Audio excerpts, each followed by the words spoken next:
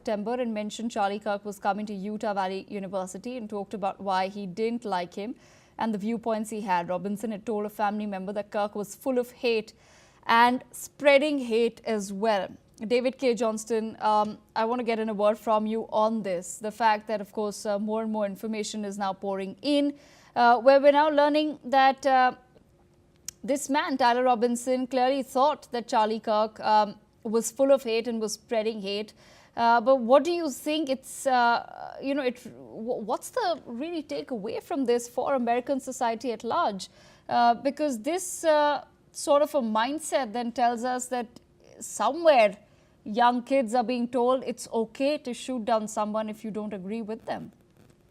Well, I don't know that anybody told the suspect that it was okay to do so.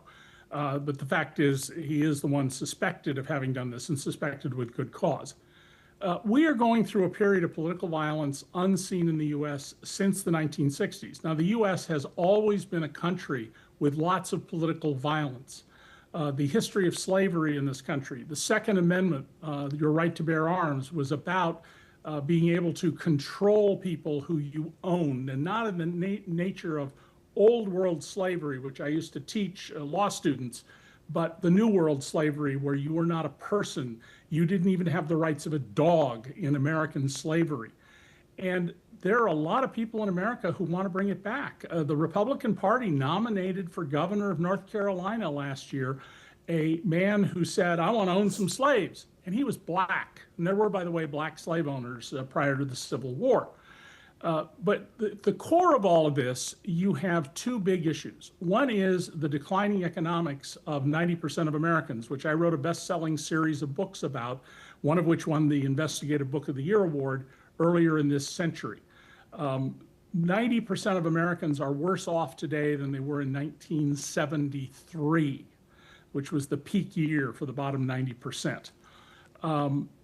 And the policies Donald Trump is pursuing will make them worse off, even though he tells them he is their champion, I alone can save you, and that he's their hero. And you'll notice at every rally, Trump always says, we love the poorly educated. The most highly educated people in America by religion are Hindu, followed by Ashkenazi Jews, and then there's a big drop-off until you get to the mainstream Protestant religions. That scares people who are racists, like Charlie Kirk, like Donald Trump. They don't like to think about the fact that people who don't look like them may be smarter, better educated, more competent than they are. And so their answer is to find ways to suppress these people. This is not the end of seeing political violence in America, which is terribly unfortunate. But there is a long history of this. The piece I mentioned that I wrote, DC Report, goes back to what happened after the 1901 assassination of President McKinley and how it's relevant to the death of Charlie Kirk, giving context to this that I haven't seen in any other commentary by a nationally known American journalist. So expect that there will be more violence, that Donald Trump will continue to promote racist violence against people who are not European in appearance. And so long as he remains in the White House, this problem will be worse.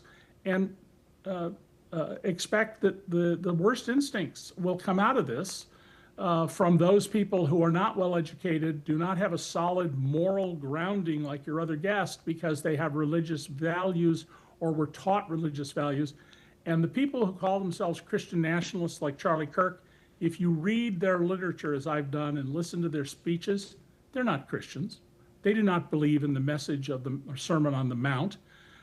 They believe in hatred, violence, oppression, and there have been pastors who have publicly said, identifying themselves, my flock is saying, why are you teaching turn the other cheek in this Jesus nonsense?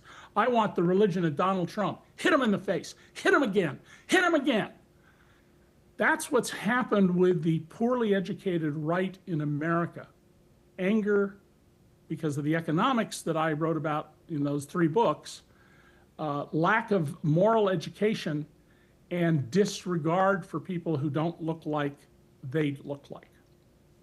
Right, absolutely. On that note, I thank both of our guests for joining us to take this conversation forward. Viewers, we also have now the first visuals of Tyler Robinson in custody that have come out. Those on your screens are the official mugshots that have been released by the FBI, who currently have Tyler Robinson in his custody. During the press conference, it was also informed that no further arrests are likely in the case, but the investigation into the motives will continue. That's the latest news that we have for our viewers. We've also been told that Utah's Governor Spencer Cox has said that there are 3 days for charges to be filed. So that's the latest that we're picking up from the ground. And with that, we have to wrap up. That's all that we have time for. Stay tuned for more news and updates on the other side.